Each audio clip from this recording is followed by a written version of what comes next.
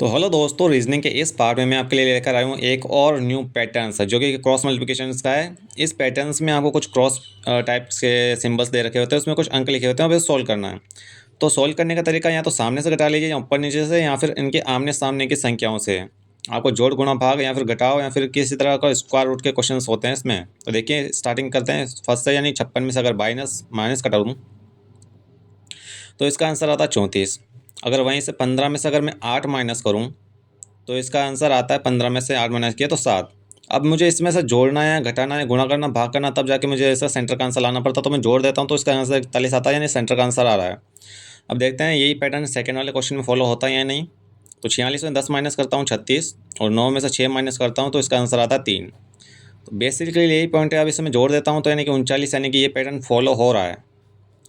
Basically काफ़ी simple होता है, आपको सिर्फ पैटर्न्स याद रखने पड़ते हैं। पैटर्न्स याद रख लो, 15-15 सेकंड में क्वेश्चन हो जाते हैं।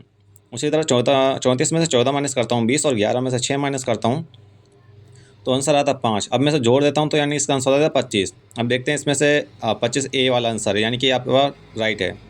यहाँ पर जो आपको लिखना आंसर यानी कि 25, इसका आंसर करेक्ट आंसर है। अब देखते हैं न्यू पार्ट में। अब एक और पैटर्न्स है, यानी कि इसमें थोड़ा डिफरेंस है। जैसे स्टार्टिंग करते हैं 15 में से अगर मैं 12 से माइनस कर लूँ तो नहीं, मैं सामने वाली संख्या करता हूँ यानी कि 9 से, तो इसका आंसर आता है 6। और वैसे ही अगर मैं 22 में से 16 माइनस कर लेता हूँ तो 6। अब मुझे यहाँ पे जोड़ना, घटाना है, गुणा करना है, तो मैं गुणा करता हूँ तो 6 × 6 36, यानी कि एक स्क्वायर पैटर्न है। अब देखते हैं सेकंड पार्ट में फॉलो होता है या नहीं होता। तो 13 में से अगर मैं 9 माइनस कर लेता हूँ तो इसका आंसर आता है 4, और 11 में से 7 माइनस करूँ तो भी इसका आंसर आएगा 4। तो यानी कि अब मुझे ऐसा 4 × 4, यानी कि अगर मैं गुणा कर देता हूँ तो 4 चौक 16, यानी कि ये पैटर्न फॉलो हो रहा है। तो देखते हैं अब लास्ट वाले में पैटर्न आंसर फॉलो होता ही नहीं है, किसका आंसर निकल पाता ही नहीं। तो यानी 21 में से माइनस 13 घटाता हूँ, 21 में से 13 माइनस किया तो इसका आंसर आया 8।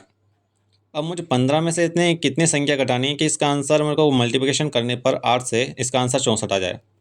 तो बेसिकली कोई ज़्यादा डिफरेंस नहीं है, आपको बस वो संख्या देखनी है, मतलब 8 × 8, यानी कि 8 से 8 का मल्टीप्लिकेशन करूँ तो मेरे पास आंसर आएगा 64।